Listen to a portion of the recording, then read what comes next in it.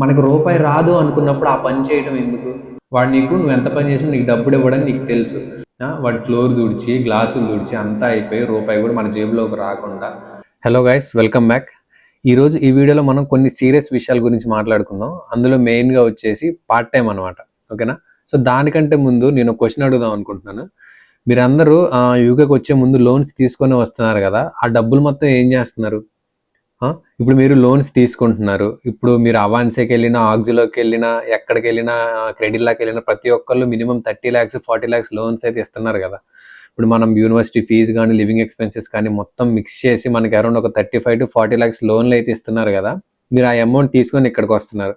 ఇక్కడికి వచ్చిన తర్వాత ఆ అమౌంట్ మొత్తం ఏం చేస్తున్నారు? వచ్చిన 1 month 2 monthsకి మీ దగ్గర మనీ ఏమైపోతుంది? ఆ లోన్ డబ్బులు మొత్తం ఏం చేస్తున్నారు? ఇక్కడికి వచ్చి ఆ లోన్ డబ్బులు మొత్తం దేనికి పడితే దానికి ఖర్చు పెట్టేసి విచ్చలవిడిగా ఫోన్లు కొనుక్కోవటం, కార్లు కొనుక్కోవటం, ఆ డబ్బులు మొత్తం వేస్ట్ చేసేసి ఎక్కడ పడితే అక్కడ అలా ఖర్చు పెట్టేసి మనీ అంతా అయిపోయిన తర్వాత ఏం చేస్తున్నారు? క్యాషిన్లకు వెళ్తున్నారు. ఇక్కడికి రావడానికి మనం ఎంత కష్టపడి వస్తున్నామో తెలుసు, మీకు తెలుసు. ఆ ప్రాసెస్లో అంత కష్టపడి వీసా వచ్చే ముందు మీరు ఎంత టెన్షన్ పడి ఉంటారు. ఆ నైట్ వీసా చూసుకున్న తర్వాత ఎంత హ్యాపీగా ఫీల్ అయ్యి ఉంటారు. ఇక్కడికి వచ్చి క్యాషిన్స్ అంత ఈజీగా జాయిన్ అయిపోయి ఎంత రిస్క్ ఉంది ఏంటి ఇవంతా ఏం ఆలోచించకుండా క్యాషిన్ జాయిన్ అయిపోయి క్యాషిన్లు చేసుకుంటూ ఉంటారు. దొరికితే ఏంటి పరిస్థితి ఒక్కసారి ఆలోచించారా?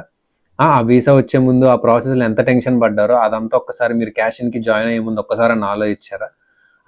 ఈ డబ్బులేమో అవజేసుకోవటం. కొంతమంది ఏం చేస్తున్నారు? ఇళ్ళకి పంపిస్తున్నారు. నేను చెప్పేది ఏంటంటే మెయిన్గా ఇప్పుడు తీసుకుంటున్నారు, లోన్ తీసుకుంటున్నారు. చాలా మంది రావద్దు అని చెప్తేనే వస్తున్నారు, లోన్లు తీసుకొని వస్తున్నారు, అంతా ఓకే బాగానే ఉంది. ఇక్కడికి వచ్చిన తర్వాత ఆ లోన్ డబ్బులు మీరు ఎందుకు తీసుకున్నారు? లివింగ్ కోసమే మీరు లోన్ డబ్బులు తీసుకుంది. మీరు 1 yearకి సరిపడా లివింగ్ తీసుకొని వస్తున్నారు. ఆ లివింగ్ ఎక్స్పెన్సెస్ ఎందుకు విచ్చరుగా ఖర్చు పెట్టుకోవడం ఎందుకు? నీకంటూ ఒక పర్ఫెక్ట్ ఒక పర్మనెంట్ పార్ట్ టైం వచ్చిన తర్వాత అప్పుడు ఖర్చు పెట్టుకో. ఎవరు వద్దంటున్నారు నిన్ను? అవునా కాదా? సో పార్ట్ టైం వచ్చేంత వరకు వెయిట్ చేయి. తెచ్చుకున్న డబ్బులు ఏవైతున్నాయో అవి మొత్తం నీకు మంత్లీ ఎక్స్పెన్సెస్కి యూజ్ చేసుకో. ఓకేనా? ఇప్పుడు 10 lakhs ఉన్నాయి. 10 lakhs నువ్వు మంత్లీ విచ్చలడిగా ఖర్చు పెట్టి నీ రెంట్లు గింట్లు అన్నీ కట్టుకుని నీకు మహా అంటే 50-60 వేలు అవుతాయి. అలా తెచ్చుకుని నీకు 10 లక్షలు నీకు ఎప్పటి వరకు మహా అంటే 5-6 months వస్తాయి. ఈజీగా నువ్వు 10 months కూడా బతకొచ్చు ఇక్కడ నువ్వు తెచ్చుకున్న 10 lakhsతో. అలాంటిది ఆ 10 lakhs నువ్వు 1-2 monthsలో అవజేసుకొని నాకు చేతిలో డబ్బులు లేవు, బతకడానికి ఇబ్బందిగా ఉందని చెప్పని ఇంట్లో వాళ్ళని అడగటం, ఇంట్లో వాళ్ళని ఇబ్బంది పెట్టడం. కొంతమంది ఇంట్లో వాళ్ళని అడగలేక సింపుల్గా క్యాషిన్లు జాయిన్ అయిపోతారు. కొంతమంది ఇక్కడున్న వాళ్ళు ఇచ్చిన సలహాలతో కొంతమంది చేస్తారు డెలివరీ జాబ్స్, ఇలాంటి జాబ్స్ చేస్తూ ఉంటారు. దాని వెనకాల ఉన్న రిస్క్ కానీ ఇదంతా ఎవ్వరు అసలు ఏం ఆలోచించరు. బ్లైండ్గా డబ్బులు వస్తాయి, జాయిన్ అయిపోదాం, వెళ్ళిపోదాం, డెలివరీ జాబ్స్ చేసేసుకుందాం, డబ్బులు సంపాదించేసుకుందాం. అదేదో తెచ్చుకున్న డబ్బులు ఖర్చు పెట్టుకోకుండా ప్రశాంతంగా ఎవరి డబ్బులు వాళ్ళ దగ్గర పెట్టుకొని పర్మనెంట్ జాబ్ వచ్చేంత వరకు వెయిట్ చేసి చిన్నగా ఖర్చు పెట్టుకుంటా జాబులు చేసుకుంటా అయిపోతుంది కదా.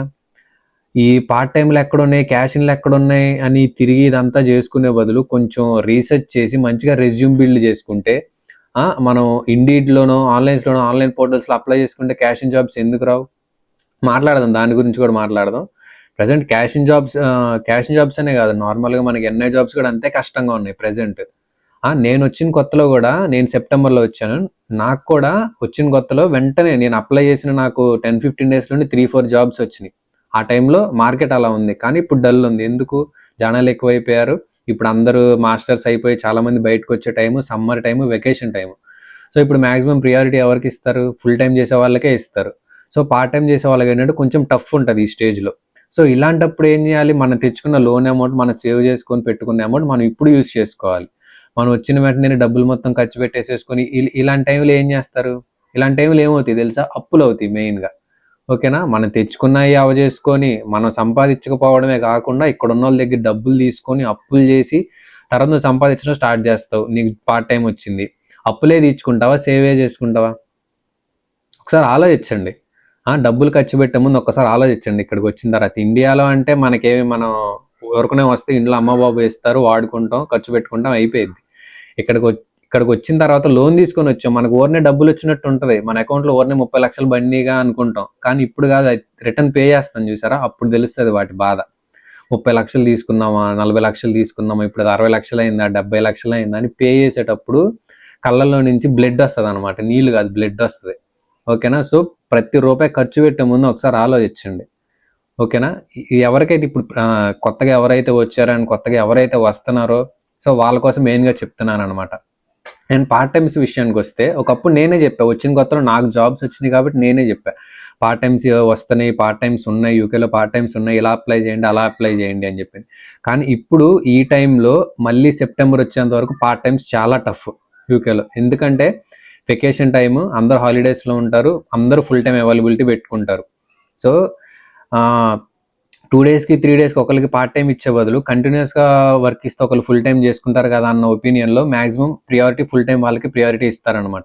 సో ఇలాంటప్పుడు కొంచెం టఫ్ ఉంటుంది. అది అకార్డింగ్లీ ప్లాన్ చేసుకొని మీరు తెచ్చుకున్న మనీ ఏమైతే ఉన్నాయో అవి ఎలా పడితే అలా ఖర్చు చేయకుండా ఒక పర్మనెంట్ జాబ్ వచ్చేంత వరకు ఒక ప్లాన్ అంటూ చేసుకొని అలా ఖర్చు పెట్టుకోండి. ఓకేనా?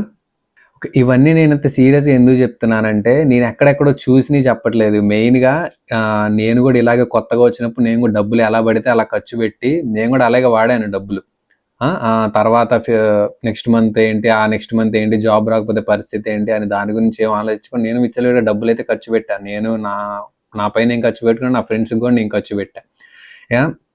కానీ ఇప్పుడు ఈ టైంలో ఎలా ఉందంటే పార్ట్ టైమ్స్ వస్తాయా రావా, అసలు ఉన్నది కంటిన్యూ అయ్యిద్దా లేదా, ఉంచుతారా పీకేస్తారా అని ఒక క్లారిటీ అనేది లేదనమాట. సో ఇప్పుడు నా సిచ్యువేషన్ కూడా టఫ్గా ఉంది. అలాంటి టైంలో నాకు జరిగిన ఎక్స్పీరియన్స్ నేను కొంచెం సీరియస్గా చెప్తున్నా, మీకు అర్థమవుతుందని. ఓకేనా? సో నాకు ఇలా జరిగింది, మీరు ఇలాంటివి ఫేస్ చేయకూడదు, మీరన్నా ఆలోచించి ఇలా ప్లాన్డ్గా చేసుకుంటారని చెప్పని నేను కొంచెం గట్టిగా అయితే మాట్లాడుతున్నాను. సో మీరు అర్థం చేసుకుంటారని అయితే అనుకుంటున్నా. ఓకేనా? రీసెంట్గా నా ఫ్రెండ్ ఒక అతను వచ్చాడు, లైక్ జాన్ ఇంటెక్ వచ్చాడు. అతను వచ్చి ఇప్పటికీ 3 months అయితే అయిపోయింది, నియర్లీ 4 months అవుతుంది.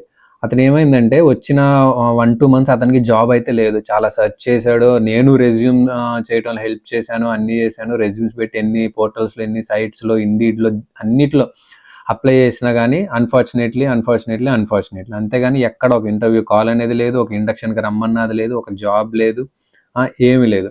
సో అతనికి ఏమైందంటే ఇంకా తెచ్చిన మనీ మొత్తం అయిపోయి మనీ మొత్తం ఇంటికి పంపించేసి అతని దగ్గర పౌండ్ లేక లాస్ట్కి ఏం డెసిషన్ తీసుకున్నాడంటే క్యాష్ ఇన్ హ్యాండ్ చేద్దామని డెసిషన్ తీసుకున్నాడు. నేను చెప్పా వద్దని, ఇప్పుడు ఇన్ని మాట్లాడుతున్నాను కదా నువ్వు చెప్పలేదా అని మీరు అనుకోవచ్చు. నేను చెప్పా గట్టిగా, అతను వార్న్ చేశా. కానీ ఆ టైంలో మనీ ఇంపార్టెంట్ కాబట్టి క్యాష్ ఇన్కి వెళ్ళాడు నా మాట వినకుండా. ఎక్కడ వెళ్ళాడంటే కార్ వాష్ జాబ్కి వెళ్ళాడు.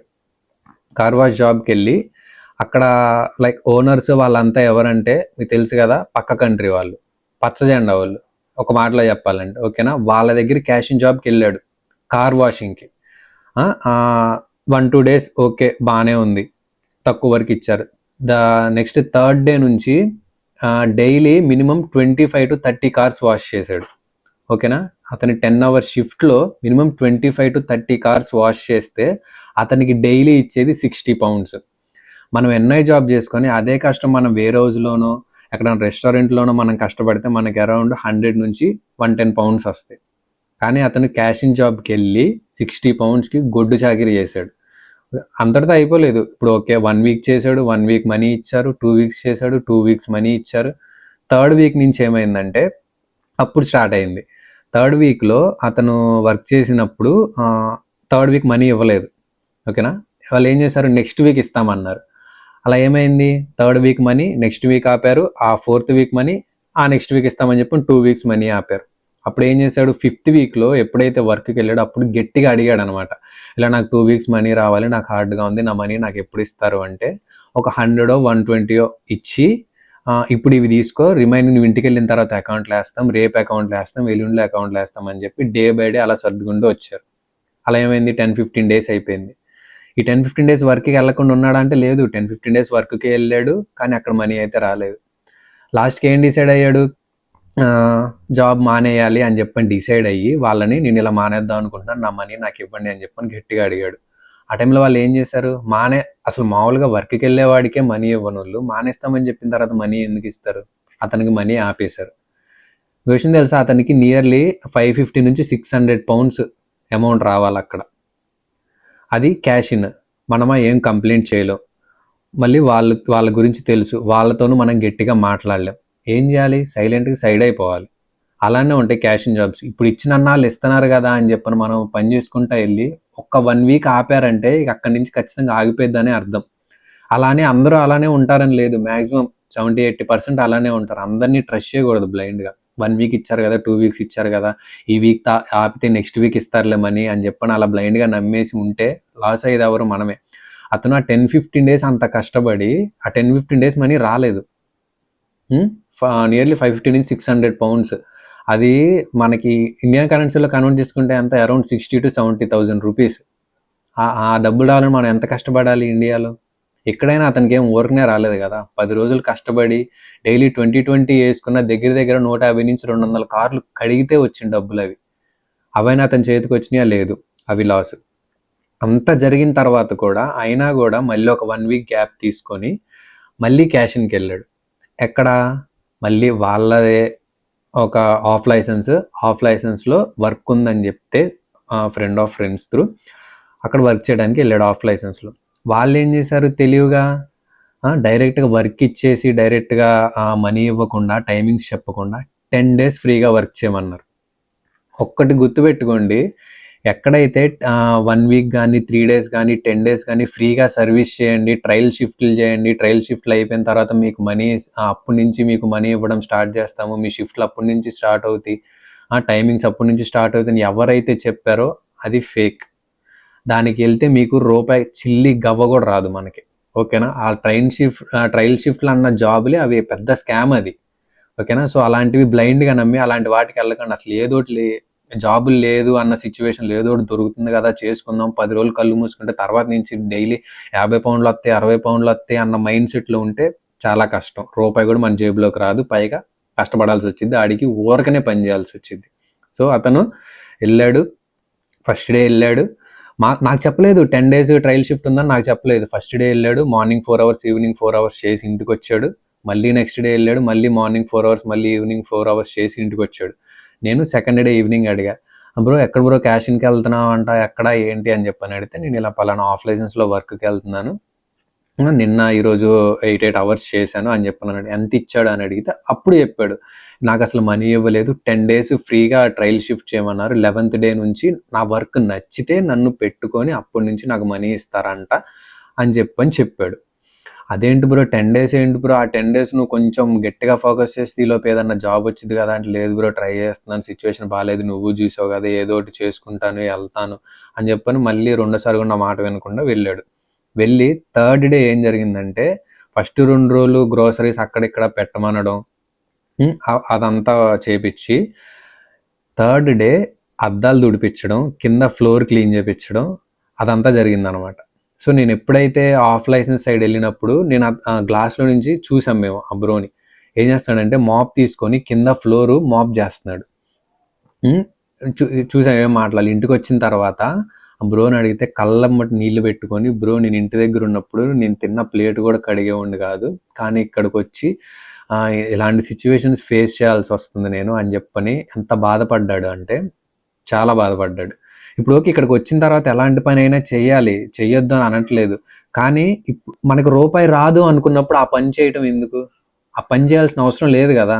ఇప్పుడు సరే ఇప్పుడు నువ్వు ఫ్లోర్ తుడిచి అంతా అయిపోయిన తర్వాత నీకు ఒక 50 పౌండ్స్ ఇస్తే నువ్వు చేసిన కష్టం నీకు కనపడిద్దా? మనకు కనపడదు. అంతేగాని వాడు డబ్బులు ఇవ్వడానికి మనకి సరే తెలియకుండా చేసావంటే అనుకోవచ్చు, నీకు తెలుసు వాడు నువ్వు ఎంత పని చేసినా నీకు డబ్బులు ఇవ్వడని నీకు తెలుసు, అనగా నువ్వు అక్కడ ఉండి అంతసేపు వర్క్ చేసి వాడి ఫ్లోర్ తుడిచి గ్లాసులు తుడిచి అంతా అయిపోయి రూపాయి కూడా మన జేబులోకి రాకుండా ఆ వర్క్ చేస్తుంటే అంత బాధ వేసిద్ది. ఇప్పుడు అదే వచ్చినప్పుడు ఆ డబ్బులు అంతా పిచ్చి పిచ్చిగా ఖర్చు చేసేసుకుండా డబ్బులు మనం సేవ్ చేసుకొని ఉంటే ఇప్పుడు ఎంతో కొంత యూజ్ అయ్యేది కదా. సో ఆ బ్రో ఏంటంటే అలా ఎక్కువ ఖర్చు పెట్టలేదు, కానీ కొంచెం ఎమర్జెన్సీ సిచ్యువేషన్స్ వచ్చి ఇంటికి పంపించాల్సి వచ్చి ఇంటికి పంపించి ఉన్న అమౌంట్ సర్దుకుంటూ ఇప్పుడు ఇక్కడ వరకు వచ్చి ఇప్పుడు ఆ అమౌంట్ అయిపోయి కొంచెం ఇంకా తప్పదు, ఏదో ఒకటి ఉండాలి, సర్వైవ్ అవ్వాలి, రెంట్ కట్టాలి, పద్దాక ఫ్రెండ్స్ని ఎవరో ఒకరిని అడగలేం కదా. ఇప్పుడు ఒకరిని అడుగుతాం, ఇప్పుడు ఈ మంత్ సరే 250 పౌండ్స్ ఇచ్చారు రెంట్కి, నెక్స్ట్ మంత్ రెంట్కి కావాలిగా, నెక్స్ట్ మంత్ రెంట్కి ఈ మంత్ ఇచ్చిన ఫ్రెండ్కి కూడా మళ్ళీ డబ్బులు రిటర్న్ ఇవ్వాలి కదా. సో ఇక అలాగే స్టార్ట్ అవుతాయి అప్పులు. వన్స్ ఒకసారి తీసుకున్నామంటే ఇక మంత్లీ తీసుకుంటానే ఉండాలి. సో ఇవన్నీ ఆ బ్రోకి బాధ అనిపించి ఇక తప్పదు, క్యాష్ ఇన్ చేయాలి, ఏదో ఒక జాబ్ చేయాలి, ఏదైతే అది అయింది, అవసరమైతే 10 డేస్ ట్రయల్ షిఫ్ట్ చేసి ఫ్రీగా ఆయనైనా జాబ్లో జాయిన్ అవ్వాలి అన్న ఇదితో బ్లైండ్గా వెళ్ళిపోయాడు అనమాట. సో ఫైనల్గా నేను చెప్పేది ఏంటంటే, దయచేసి క్యాష్ ఇన్ హ్యాండ్ జాబ్స్ అనేది అవాయిడ్ చేయండి. కష్టమైన నష్టమైన నిద్ర మానుకొనైనా కూర్చొని రెజ్యూమ్స్ క్రియేట్ చేసుకొని పార్ట్ టైమ్స్కి అయితే అప్లై చేసుకొని పార్ట్ టైమ్స్ ఎన్ఐ జాబ్స్ కొట్టడానికే ట్రై చేయండి. క్యాష్ ఇన్ జాబ్స్ అయితే అవాయిడ్ చేయండి. డెలివరీ జాబ్స్ ఇవన్నీ చేయకండి. ఓకేనా? మనం దొరికే వరకు బాగానే ఉంటుంది. దొరికే వరకు ఎవరైనా వన్స్ మనం డెలివరీ జాబ్స్ చేస్తూ దొరికామంటే ఏదో డైరెక్ట్ డిపోర్టే. ఓకేనా? ఇంకో ఆప్షన్ కూడా ఇవ్వరు మనకి. ఓకేనా? ఇప్పుడు డెలివరీస్ అంటే మనకి తెలుసు కదా, మనకి అది సెల్ఫ్ ఎంప్లాయిడ్ కింద వస్తుంది అనమాట. సో యాజ్ ఎ స్టూడెంట్గా మనం ఇక్కడ చదువుకోవడానికి వచ్చి ఎన్ఐ జాబ్స్ ఏదో 20 hours చేసుకోవచ్చు, కానీ ఈ డెలివరీ జాబ్స్ రిస్క్ చేసి డెలివరీ జాబ్స్ చేసి సో ఇవన్నీ అయితే చేయకండి. కష్టమైన నష్టమైన ఎన్ఐ జాబ్స్ వచ్చే వరకు వెయిట్ చేయండి. నిద్ర మానుకొనైనా కూర్చోండి. అమెజాన్ జాబ్స్ ఇవన్నీ కొంచెం హార్డ్ అయినా టైం పట్టినా కానీ దొరుకుతాయి. సో వాటి కోసం వెయిట్ చేస్తూ ఉండండి. మనీ అయితే ఎలా పడితే అలా ఖర్చు చేయకుండా కొంచెం సేవింగ్స్ చేసుకుంటూ పార్ట్ టైమ్స్ లేని సిచ్యువేషన్స్లో అవసరమయ్యేలా కొంచెం అలా ప్లాన్ చేసుకోండి. ఓకేనా? సో మీరు నా వీడియో ఇక్కడ వరకు కంటిన్యూగా చూశారు అంటే ఇన్ఫర్మేషన్ మీకు ఎక్కడో యూజ్ అయ్యిందని చెప్పననే అనుకుంటున్నాను. సో ఈ వీడియోలో నేను ఎక్కడైనా కొంచెం హార్ష్గా కానీ గట్టిగా కానీ మాట్లాడినట్టు అనిపిస్తే ఐఎమ్ రియలీ సారీ. సో మీకు ఈ ఇన్ఫర్మేషన్ ఎక్కడైనా వర్తి అని అనిపించినా, మీకు యూజ్ అవుతుంది లేదా ఎవరికన్నా యూస్ఫుల్ అని అనిపించినా దయచేసి మీ ఫ్రెండ్స్ అండ్ ఫ్యామిలీ మెంబర్స్కి ఈ వీడియో అయితే షేర్ చేయండి. అండ్ అలాగే మన ఛానల్ని సబ్స్క్రైబ్ చేసుకోండి.